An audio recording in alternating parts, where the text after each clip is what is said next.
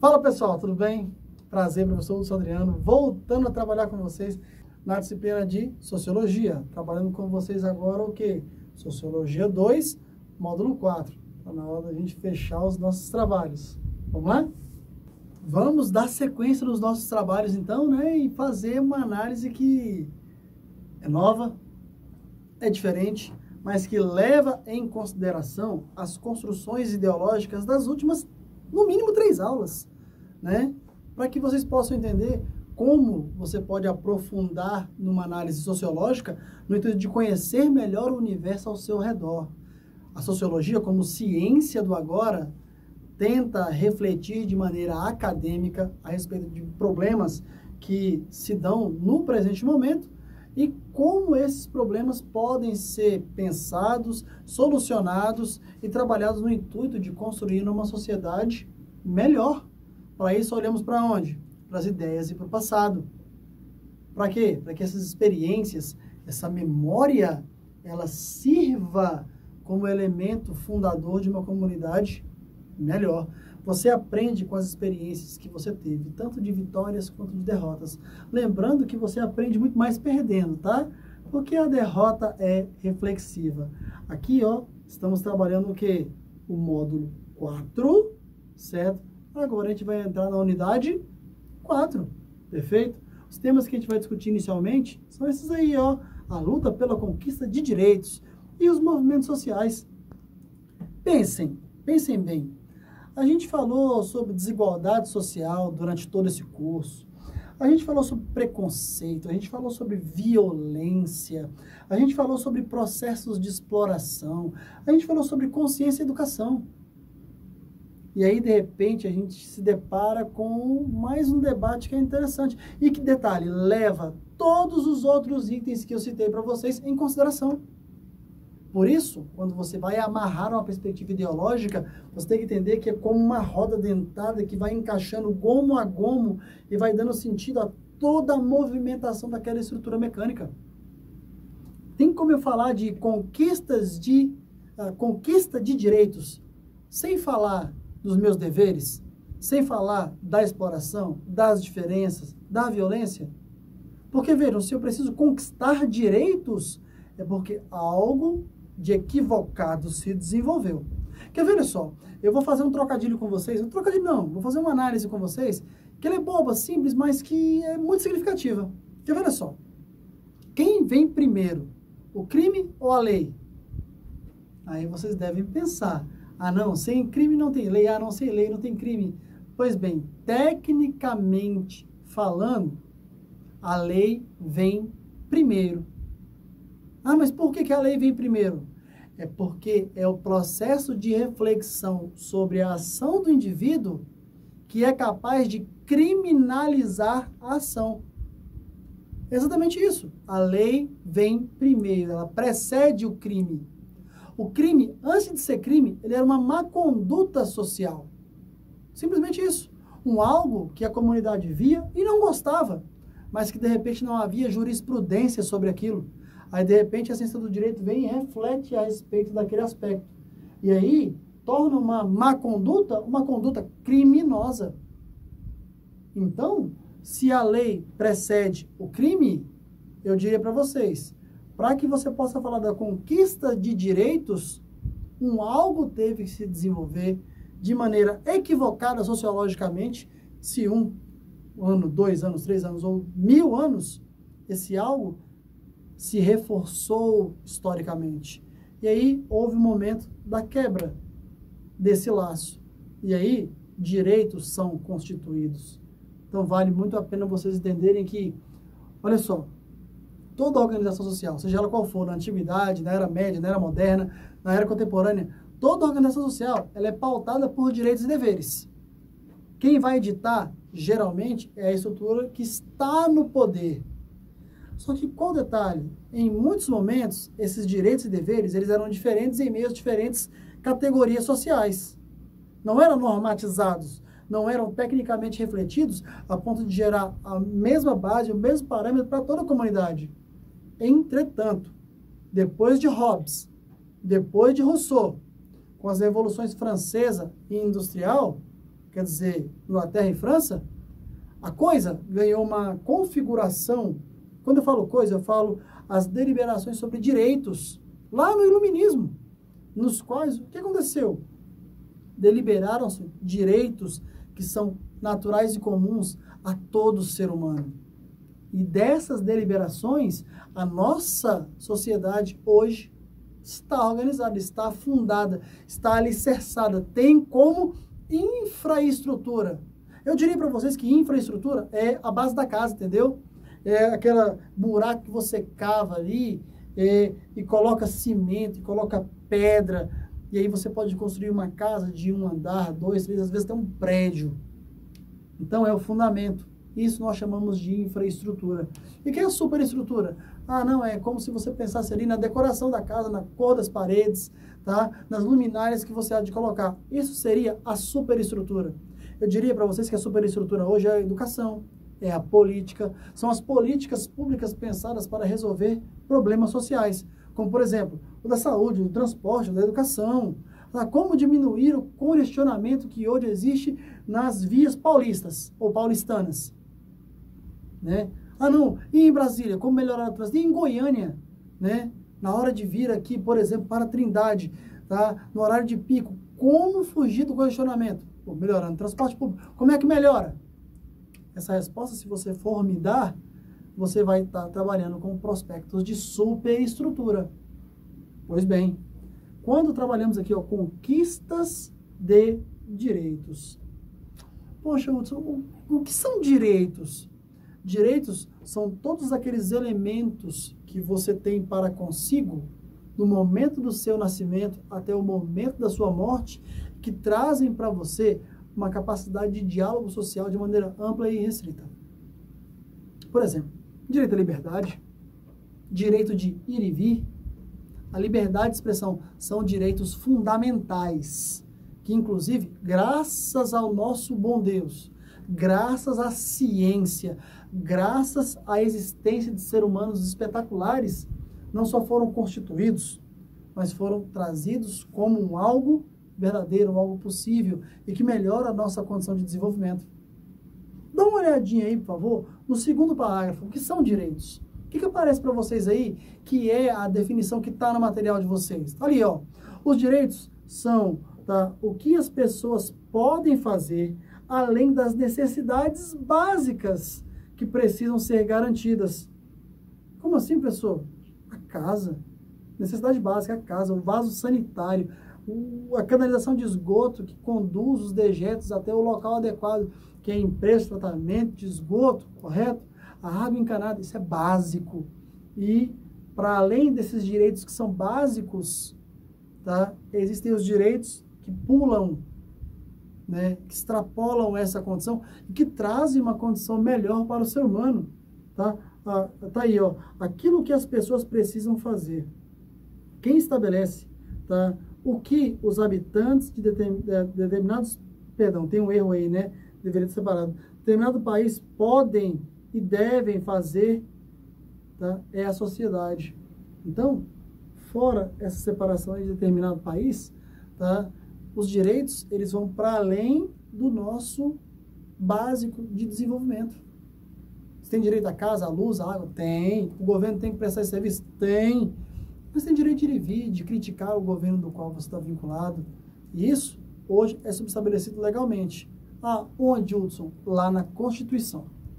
Tem muita gente que fala mal da nossa Constituição, que é aquela que reflete em meio aos nossos direitos e deveres, né? Mas eu gostaria de dizer que a ONU, por exemplo, já configurou por diversas vezes que a nossa Carta Magna, ela é a melhor Carta Magna, que é a Carta Constitucional, redigida hoje no mundo. É aquela que reflete sobre os mais diversos aspectos, no intuito de melhorar e proteger a nossa convivência social. Eu já ouvi muita gente falar que a nossa Carta Magna foi escrita numa perspectiva de ordem socialista. Gente do céu, você quer discutir socialismo no Brasil de 85, pós-ditadura militar, pós-direta já e diálogo pela democracia? Meu pai do céu, para onde isso vai, né? Então, a Constituição, ela observa perspectivas básicas e que trazem o melhor desenvolvimento social possível. Dê uma olhadinha aí no PowerPoint de vocês, por favor, mas observe, tá? Há direitos já estabelecidos na sociedade antes do nascimento de uma pessoa e outros inúmeros ainda a serem conquistados ao longo da vida, tá? Então, o que uma pessoa quando nasce deve ter direito? Tá aí, ó, tá colocado para vocês. Lá no segundo parágrafo, terceira linha. Estudar, andar nas ruas, votar, ser votado, não ser presa sem motivo. É aquilo que o AI-5 poderia subestabelecer para a gente na ditadura militar, lá, se eu não me engano, no dia 3 de dezembro de 68, ele foi subestabelecido, né? Se o militar simplesmente acreditasse que você estava tendo uma conduta que não seja ali muito interessante naquela localidade, você poderia ser preso. Ah, mas não sendo preso por quê? Porque está em atitude suspeita. Tá, mas o que foi que eu fiz de errado? Não interessa. Ele não precisava nem justificar para você. Hoje, quando o policial dá a voz de prisão, ele precisa dizer as motivações das quais ele está levando você preso. Não é simplesmente chegar e prender. Ah, não, é por arruaça. Ah, mas arruaça? Como assim? Ah, não, é por vandalismo, não é por depredar patrimônio público. Ele tem que dizer a motivação da prisão. Você tem que ser sabedor dos motivos dos quais você está sendo privado da sua liberdade, que é um direito básico, fundamental. Então, quando você para observar todas essas singularidades, há documento básico, fundamental, para que você possa ser respaldado, não só nas suas atitudes, mas nas atitudes que a sociedade tem para com você. Vamos lá. Onde começam tecnicamente todos esses debates? É aqui, ó, com Jean-Jacques Rousseau, já citado em outras aulas. É na formação do nosso contrato social. É quando Rousseau olha para Hobbes e diz, talvez você tenha razão, né? Talvez o ser humano tenha que abrir mão, sim, das liberdades individuais em prol de um algo maior e melhor que vai se desenvolver numa dinâmica social. Pois bem, vejam, todos vocês vão falar assim, nossa, eu nasci só e eu vou morrer só. Muito provavelmente é verdade, tá? Mas no caminho que se tem entre o nascer e o morrer, há toda uma vivência de ordem sociológica no qual eu posso dizer para vocês, o ser humano só é o que é porque vive em comunidade. Isolado, o ser humano já estaria extinto há muitos milênios, né? Então, é o simples fato de você abrir mão da sua liberdade individual em prol de algo maior e melhor que faz com que essa sociedade possa se estruturar como ela se estruturou. E o Jean-Jacques Rousseau é que nos dá fundamento para poder dialogar a esse respeito lá no contrato social. Perfeito? Supera a perspectiva de um indivíduo acima dos demais indivíduos, né? Supera o Leviatã, né? Que é o suprassumo do absolutismo lá do Thomas Hobbes. Para isso, você tem que olhar para a história, para a filosofia, porque aqui na sociologia isso possa ter um sentido ainda maior. Ninguém pode ser titânico aqui no meio de nós. Ninguém. O presidente ele é o nosso representante maior? Sim, mas ele não é maior que nenhum de nós. Nenhum. Ele é um homem comum, colocado num cargo comum, para representar sua comunidade de forma comum. Né? Então, cabe a ele as mesmas sanções que caberia a qualquer um de nós. Por exemplo, é um debate que eu acredito que é legal pra caramba. Essa questão do foro privilegiado. E aí, ela deve se constituir? Ela deve se manter? Poxa, mas o cara cometeu um crime. É provado, é cabal. Ah, mas ele não pode ser preso não, porque ele está no pleno exercício do mandato e ele tem foro privilegiado. Tá? Não quero condenar, mas pega o caso da deputada federal lá, da Flor de Lis, né? Onde todas as perspectivas técnicas da análise do assassinato do esposo dela conduzem ao fato de que ela é vinculada diretamente à morte dele, responsável, não como autora, mas como coautora, né? Até os próprios filhos já denunciaram. Ah, mas ela não pode ser presa, porque ela é deputada federal. Aí ela vai a público dizer que não está pronta para ser presa. Eu perguntaria a qualquer um de vocês, e quem está pronto para ser preso? Quem está pronto para perder regalia? Né? Ah, mas ela vai até os colegas deputados federais e diz a eles, né? Não votem na minha cassação porque eu não estou pronta para ser presa. Quer dizer, o deputado federal colega vai votar na manutenção dos direitos tá? Enquanto deputada federal dela, para que ela não seja presa em meio a um ato hediondo, que é o assassinato de um outro ser humano? Quais prerrogativas a gente está levando em consideração? Quais direitos? E o respeito à família de quem foi morto? A mãe, ao pai, aos irmãos, né? Então, a gente precisa levar em consideração fundamentos corretos, fundamentos que não se contradigam uns para com os outros, para que você possa, ter um bom trato social, para que os seus direitos sejam respeitados e para que você exerça a sua cidadania na sua plenitude. Quer ver só, você quer questionar determinado grupo social? Ah, não, a que se faz é que se paga.